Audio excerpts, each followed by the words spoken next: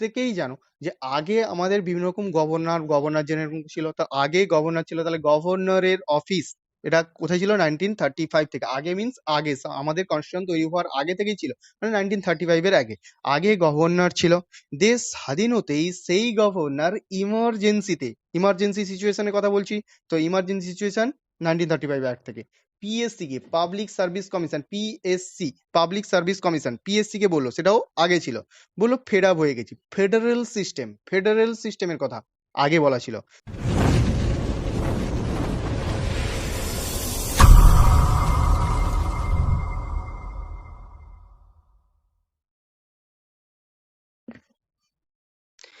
ভারতের যে কনস্টিটিউশন, সেটা আমাদের সব থেকে লেন্দিয়েস্ট, সবথেকে দীর্ঘতম রিটেন কনস্টিটিউশন।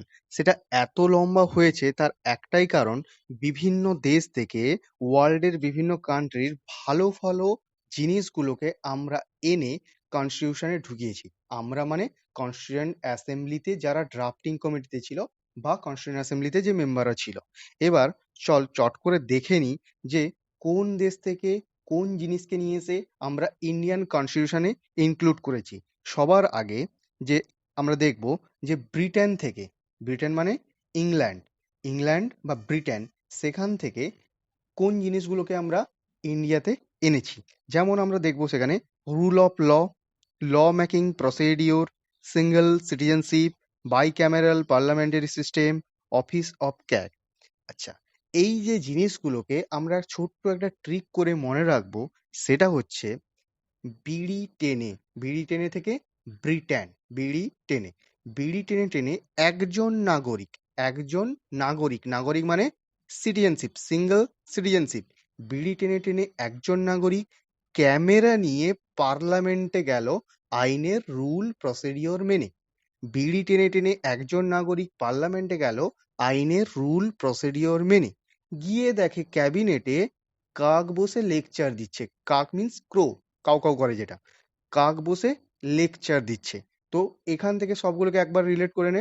একজন নাগরিক, সিঙ্গেল সিটিজেনশিপ, ক্যামেরা থেকে বাই ক্যামেরালিজম, ক্যামেরা নিয়ে পার্লামেন্টে গেল, পার্লামেন্টারি সিস্টেম অফ গভর্নমেন্ট, আইনের রুল প্রসিডিওর মেনে, আইনের রুল মানে রুল অফ ল, আর ল মেকিং প্রসিডিওর, আইনের রুল আর প্রসিডিওর মেনে।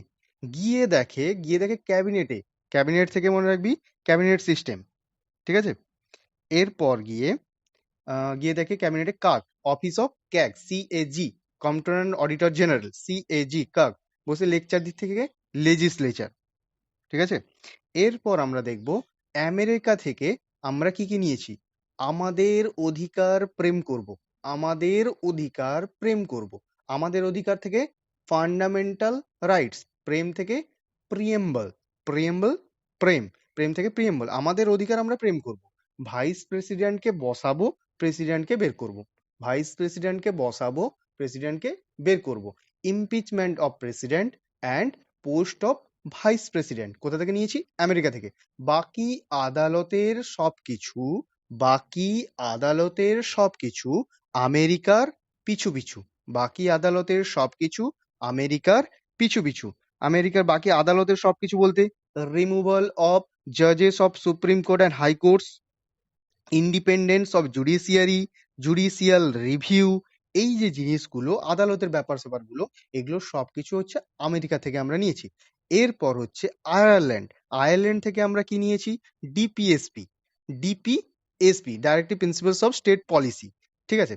তো এটাকে একটা আগে ট্রিক শুনে নিই, তারপরে কি কি নিয়েছি একটু আলোচনা করে নেব। আর শোনা গেল, আর থেকে আয়ারল্যান্ড, আর শোনা গেল থানার এসপি নাকি প্রেসিডেন্টের নির্বাচনীকে বাদ দিয়ে রাজার নমিনিকে তোষামোদ করছে। আর শোনা গেল, আর থেকে আয়ারল্যান্ড, শোনা গেল থানার এসপি, এসপি থেকে ডিপিএসপি নাকি প্রেসিডেন্টের নির্বাচনী মানে কি হবে আমাদের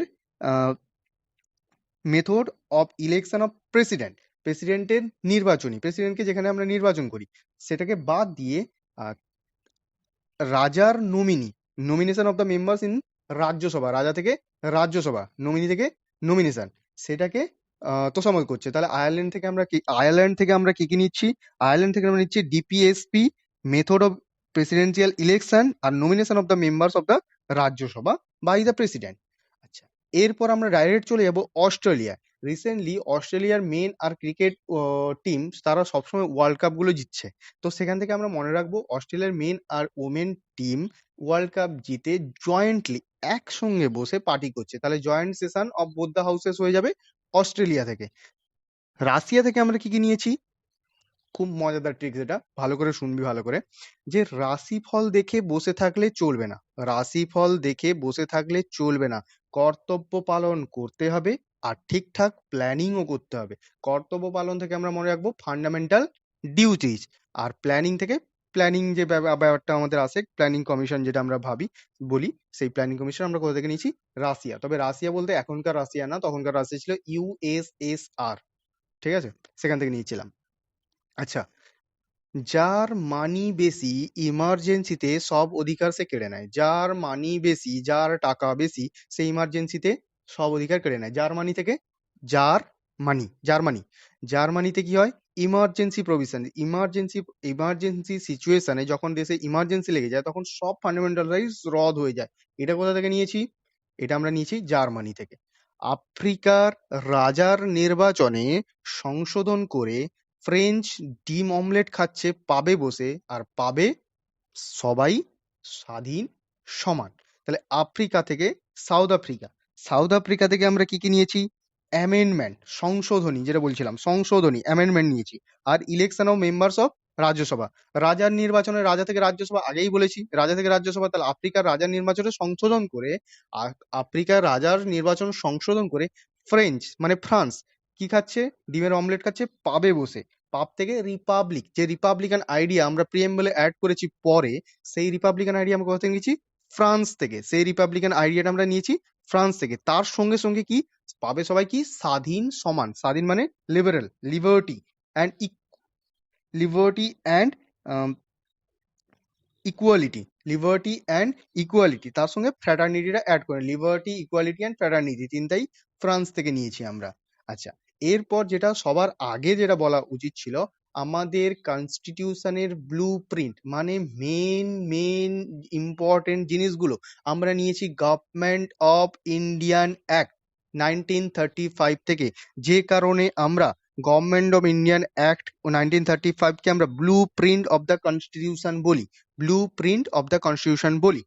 এই গভর্নমেন্ট অফ ইন্ডিয়া থেকে আমরা যে যে ইম্পর্টেন্ট জিনিসগুলো নিয়েছি চট করে একটা ট্রিক করে দেখে নিই। আগে গভর্নর ছিল, প্রত্যেকেই জানো যে আগে আমাদের বিভিন্ন রকম গভর্নর জেনারেল ছিল। তো আগে গভর্নর ছিল, তাহলে গভর্নরের অফিস এটা কোথায় ছিল? 1935 থেকে। আগে মিন্স আগে, আমাদের কনস্টিটিউশন তৈরি হওয়ার আগে থেকেই ছিল, মানে 1935 এর আগে। আগে গভর্নর ছিল, দেশ স্বাধীন হতেই সেই গভর্নর ইমার্জেন্সিতে, ইমার্জেন্সি সিচুয়েশনের কথা বলছি, তো ইমার্জেন্সি সিচুয়েশন 1935 অ্যাক্ট থেকে পিএসসি কে, public service commission, PSC public service commission, PSC কে বললো, সেটাও আগে ছিল, বললো ফেড আপ হয়ে গেছি। ফেডারেল সিস্টেম, ফেডারেল সিস্টেমের কথা আগে বলা ছিল। তাহলে আগে গভর্নর ছিল, দেশ স্বাধীন হতেই সেই গভর্নর ইমার্জেন্সিতে পিএসসি কে বললো ফেড আপ হয়ে গেছে এই আগের সিস্টেমে। এবার কেমন ধর, কেন্দ্র থাকুক শক্তপোক্ত, রাজ্য থাকুক ঘিরে, কে নাড়া দিচ্ছে এই সিস্টেমে দেখো তুমি ঘিরে ঘুরে। কেন্দ্র থাকুক শক্তপোক্ত, রাজ্য থাকুক ঘিরে, কেন্দ্র হবে স্ট্রং, বাকি রাজ্যগুলো তার চারপাশে থাকবে, যত এক্সট্রা পাওয়ার থাকবে সব কেন্দ্রের কাছে থাকবে। কে নাড়া দিচ্ছে থেকে মনে রাখবো কানাডা। তাহলে একদম লাস্টের ট্রিকটা যেটা দিলাম সেটা কানাডা। কানাডা কি? কোয়াসি ফেডারেল সিস্টেমের কথা বলে কানাডা। কোয়াসি ফেডারেল সিস্টেম মানে সেখানে স্ট্রং সেন্টার হবে বাকি রাজ্যগুলোর থেকে। তো মোটামুটি এটা ছিল আমাদের কনস্টিটিউশনের সোর্স এর ট্রিক। এর সঙ্গে সঙ্গে আরো কিছু ইম্পর্টেন্ট জিনিস আছে, মানে আরো কিছু বেশ কিছু ইম্পর্টেন্ট পয়েন্ট আছে, সেগুলো পরে কোনোদিন আলোচনা করে দেবো।